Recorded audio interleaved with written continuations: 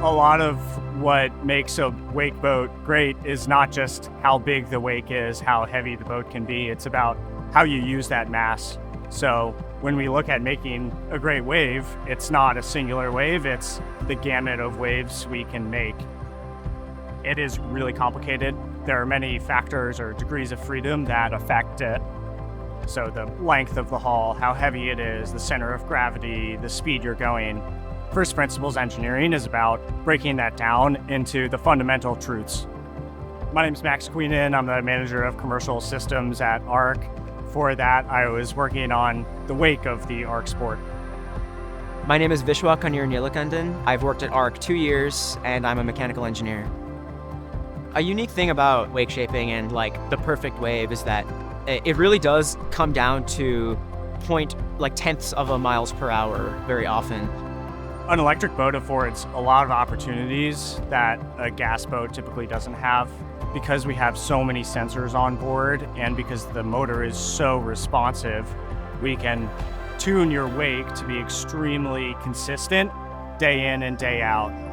Creating the wake is about the running attitude of our boat, how it's tilted, its roll, its pitch, the space the boat leaves behind it as it paves through the water is filled again by the water. And where that water fills in is the wave that you ride. And that's what the role of the tabs are. You allow the water to fill itself into a set of gaps that makes a perfect wave based on where the mass is in the boat and what speed it's running at. Because the CG of our boat is a little bit further back with how heavy our battery is, the steep wave, the really tall, large waves is a lot easier to achieve, and the mellow waves that a casual rider might enjoy, you need to spend a little bit more time trying to get to.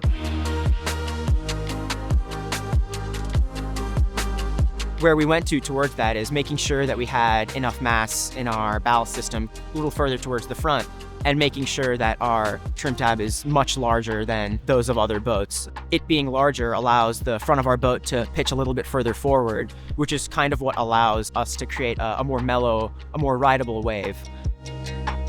We were designing the hull, the wake system, ballast, the propulsion system, all at the same time, and we're doing that to make the greatest wake out there.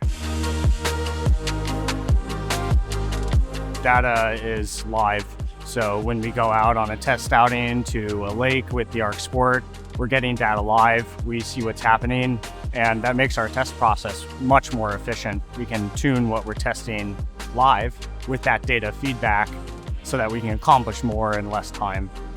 We tested over 25 different surf tab setups. We tested multiple different battery arrangements and placements to tune in the perfect hull shape, to tune in the perfect wave. Throughout all this process, you have to combine both qualitatively and quantitatively what you're looking at. You want to see how much power your boat is drawing at any given time, because that is correlated with how much water you're displacing. You're on the lakes, you're with professional riders like Austin Keane, and you're like, hey, how does this feel? Maybe we change the pitch from max to high. It's a fun problem the more variables there are.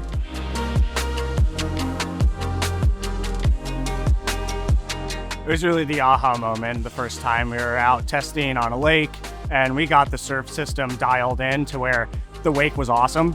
We can make a lot of different shaped wakes, and it was still energy efficient at the same time. That's when we knew the ARC Sport can deliver a more compelling product overall.